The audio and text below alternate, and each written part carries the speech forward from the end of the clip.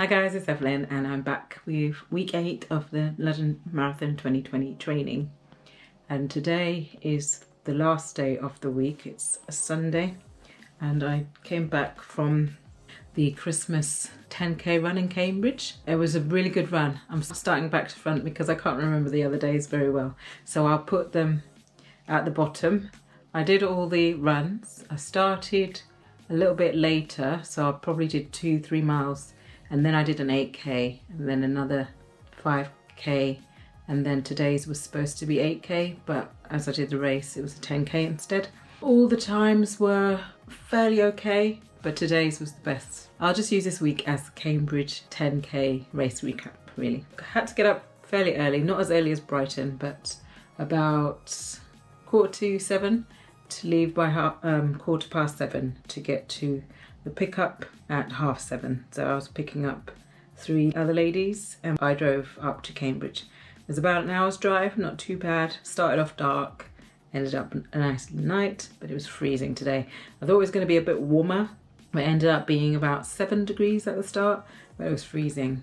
It's funny, we got there to one of the first car parks and there was only 11 places in this teeny weeny car park. It's funny. But luckily, if you go around the corner, there's a whole street of parking, which is free on Sundays. So it was perfect in the end. So that was good. And we had a little bit of a walk to the start, which is based, so HQ is basically at, or in front of a pub, in front of the common in Cambridge. So didn't pass any university, but we did pass the river and some few canoers. That was quite good to watch them. Picked up our numbers because they were only available on race day, and then we all piled into the pub to keep warm. Some people got coffees and then the rest of us just stayed in there and chatted.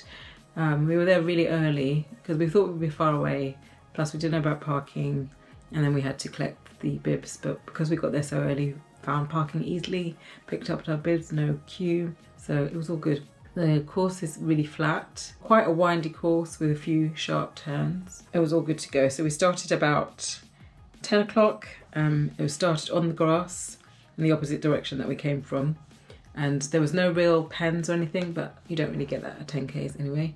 But they asked you to start in your time. So we started around the 1 hour 109 mark and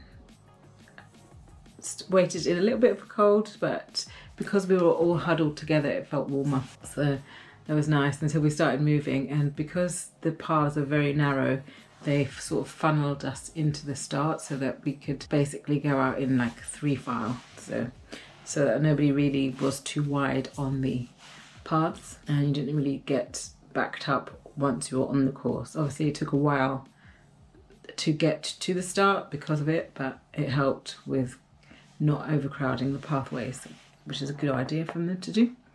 But it was a really well organised race and loads of marshals, so all along the way, so that was really good. Very flat course, which was nice. I don't really do well on flat courses because I don't like going uphill, but I do enjoy the downhill, as you're probably well aware by now. But yeah, so that was good. Anyway, so it was mainly in the park, around the paths, then onto some streets. But before we got onto the street, we had to cut across a field, and it was a very muddy, waterfall or pooled water pathway. And some people were gingerly running around it or running on the grass around it.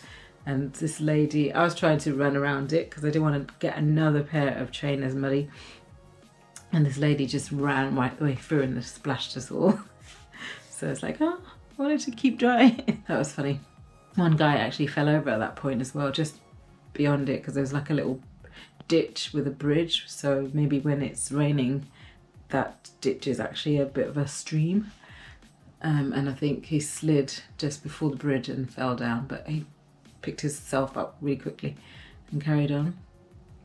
And yeah, the rest of the race was flat, going up along bridges, along the river and back down again. It felt really, really good. I had my music, which was good, and I felt strong, I felt consistent. I'll see what my times were. Oh, that's a moment. I did park run yesterday and that was quite a good park run for me. Park run yesterday was 29:07. So that's the first 29 I've had in like 6 weeks. And then today, so that normally bodes well. The day before my park run before a race normally gives me a good gauge of what my race is going to be. So I was quite happy with that. But if I look, I don't know if you can see. I'll put a screenshot if it doesn't work.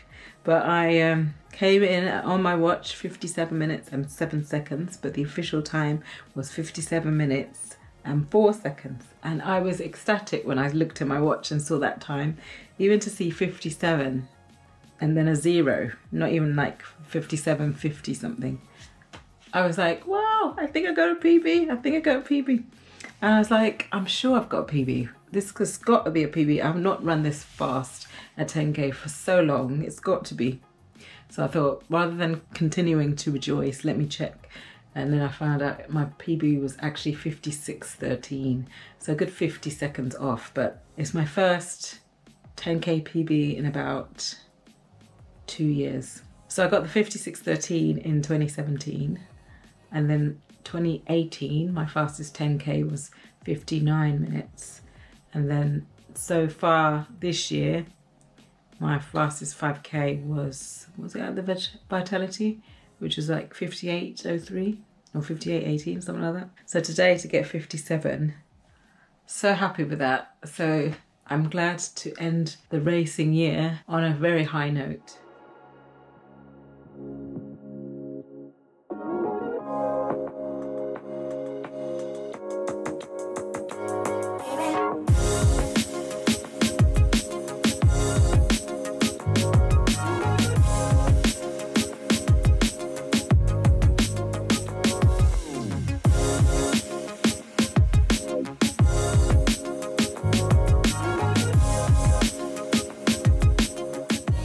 Made me really happy and set me up for a new year. So 2020 will be my year. It's going to be a repeat of 2017. I'm going to go back on my diet properly. I have the will. It's going to happen. So I'm going to go back on my diet from January 1st. I've got 2 weeks before I go back to work. So I should have no excuses about not being able to cook my food or get the right food. And then I should be able to plan what I do eat when I do go back to Leicester during the week. And really, I'm only there 3 days, 2 nights, so it shouldn't make it go too off the rails either. So I'm looking forward to getting back in there. Then I've got the training proper for this marathon, and then a nice trip away in February, and then all the other races to come. So I'm really looking forward to it, to the new year. I'm so happy that this week has gone well. I've been to the gym a couple of times as well. Went yesterday and my arms are like, when I do that I can feel it, my arms are aching. We're gonna go again to the gym tomorrow. So I've done really well with going. I always say that I want to start doing strength training and I always say it and then never do it. So I'm so happy that I've been able to pick it up, and that's with Lucy's help, because she's been really the one to instigate going to the gym and then being my PT when we get there. So she's really pushing me. Every time I say I can't do this, she goes, you can. And in the end I can. Very uneloquently, but I can do them. So yeah, here's to a nice new year of racing and training and gymming. This will be my last update for 2019. So thankful that you're following along with me, and I hope your training is going well for whatever races that you're doing. I wish you a very happy new year. And all the best for 2020, the new decade. It's going to be our year. Thank you so much for watching. Take care. Goodbye.